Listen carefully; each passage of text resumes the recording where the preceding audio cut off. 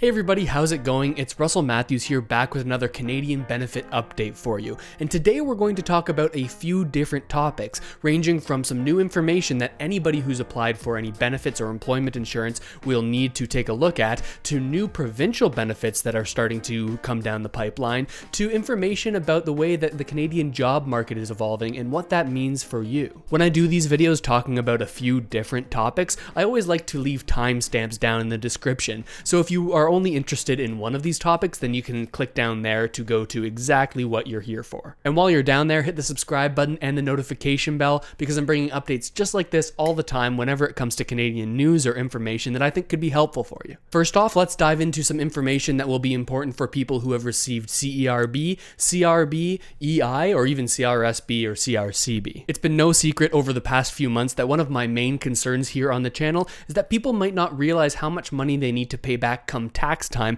after receiving these benefits. And there's some new information out on that you're going to want to take a look at. And with headlines like this saying fear and uncertainty, what to expect from your 2021 taxes, I'm not surprised that people are looking for more information on this. A new personalized form is available for every person who's received the CERB or employment insurance through Service Canada. The new form that is available is called a T4E form, and the point of this form is to give you information on how much money you've received in 2020 when it comes to either EI or the CERB. This form is going to be necessary when you go to file your taxes this year, because it's going to give you the exact amount that you're going to transfer over to your income taxes to determine how much you're going to have to owe the government this year. In this video, we're not going to get into exactly how you can calculate how much you'll owe, because I've already made a video on that in the past. You can check out the link in the description if you want to get a better idea on how much you may owe this year. But if you're looking for this T4E document, you can now access it via your Service Canada account. You'll log into your Service Canada account the same way you did when you were either receiving the CERB or your employment insurance, and you're going to be able to find there your individual T4E. If you're curious, this is what the form's going to look like. Now, this is a blank version of the form, but when you go to find yours, it will be filled out with your individual information. One box you're going to want to check out is this box number 17. That's where it's likely going to show you the information about how much money you've received over the past year, and this is the number you're probably going to be using when you go to file your taxes and you have to include this employment insurance or CERB as part of your income for the year. If you can't access this form online for whatever reason, it's my understanding that this will also be mailed to you at the address that's on file via Service Canada. Now, if you're somebody who received CERB but didn't get it through Service Canada, instead got it through the CRA, or if you're somebody who's only received the CRB, the CRSB, or the CRCB, you're not going to be getting a T4E like the other people I've just talked about. You're going to be getting something called a T4A, and we've talked about that a little bit on the channel before. And this T4A document shows pretty much the exact same thing as the T4E. It's going to show you exactly what the government believes to be the amount that you've received from them in terms of these benefits that have happened in 2020. As of right now, I'm not entirely sure if this is available online yet, but it has been announced that these are being sent to you via mail, again to the address that the CRA has on file for you. But these documents will become available online, so as a safety measure, I recommend that you go to your CRA account on the MyCRA website and you request an access code. For many people who have been applying for the CRB or these other benefits, you may remember that when you log in, you see something saying, hey, you don't need this extra access code to apply for the benefits, but you will need this access code to receive full access to your account if you want to get these forms online.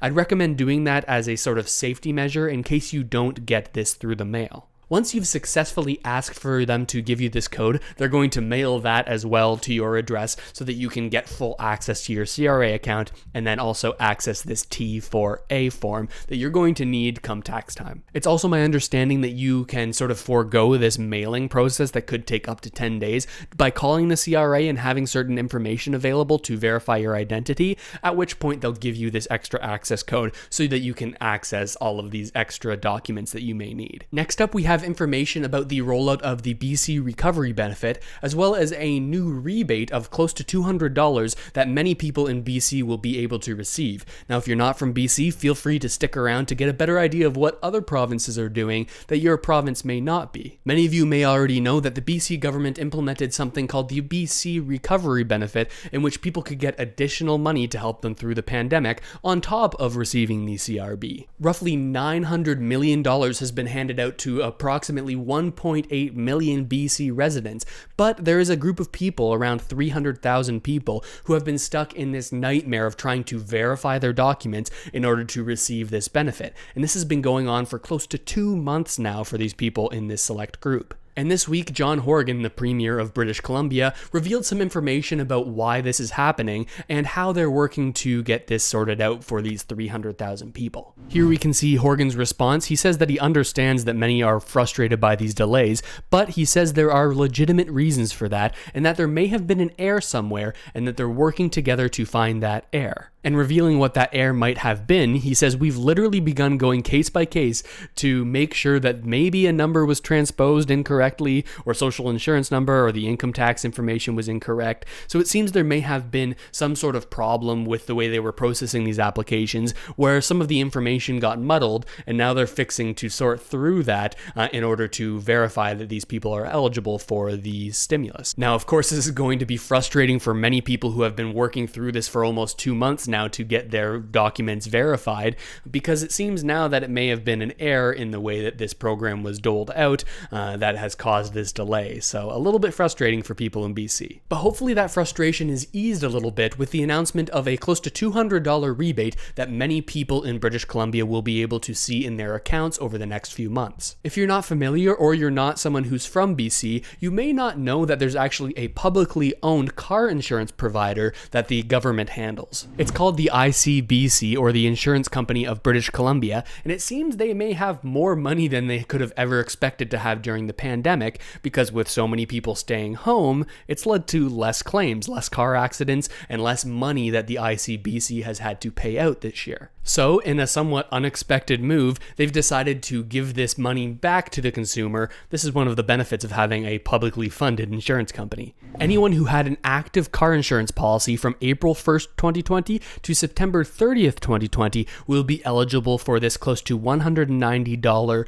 rebate. Now, this is for this 6-month period, so it could indicate that we could see something similar for the next 6-month period for this time after September 30th, 2020. Unlike the BC Recovery Benefit or the federal benefits, the CRB, the CERB, for this benefit you will not have to apply, because if you have a policy with the ICBC, the Insurance Company of British Columbia, they already have your information and will be able to send out this money to you directly without you applying. This is for anybody who had a policy during this 6-month period. And for the other provinces and territories who don't have a publicly owned insurance company, this is sort of a hint at just how much money insurance companies are making throughout the pandemic. Less car crashes, less insurance payouts, but you're likely paying the same premium despite all of that. So if you haven't already thought of it, if you're staying at home more, you could be able to call your insurance provider and get a lower rate on your car insurance because of the reduced mileage. But if you're not in a place with a publicly owned insurance provider, you're definitely not going to be seeing any rebates like this. It's likely those companies are going to keep those profits for themselves. Next up, a new report was just released by Statistics Canada showing why you might be struggling to get a job right now. And that's because Canada just lost in January 213 jobs as lockdowns took a giant bite out of the job market.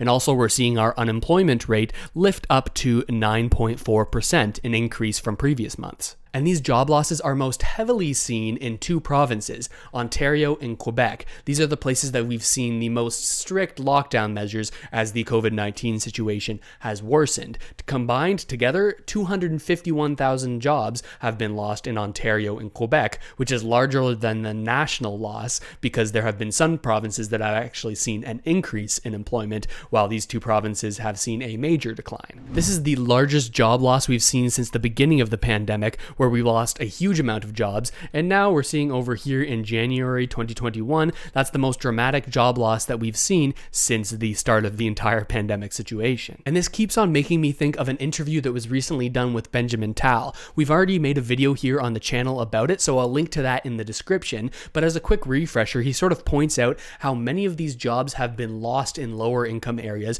while we've actually seen an increase in job creation in the $40 plus an hour range. So this sort of hints at the inequalities that are currently in Canada in terms of how easy it is to get a job versus what kind of skills and experience you have. In the video I just mentioned, we sort of frame this in the way to help us predict what could come next in terms of benefits after CRB runs out, and how that could be very, very targeted at specific income groups. But it also reveals a lot about the sort of stretching of the gap between sort of lower income Canadians and more higher wealth, higher net worth Canadians. We've seen people do very well in the stock market and in real estate since the beginning of the pandemic, but for people who weren't invested in these asset classes, it's likely that you're even farther behind than you were before. So it'll be interesting to see how the government responds to this sort of stretching of that gap. And of course, I'm going to keep you updated whenever any news about that or about any story that could be important to you comes up. So if you haven't already done so and you found this valuable, then make sure to hit the subscribe button and the notification bell. And let me know what you think about all this. I read every single comment I get, and I try to reply to as many as I possibly can. So if you want your voice to be heard,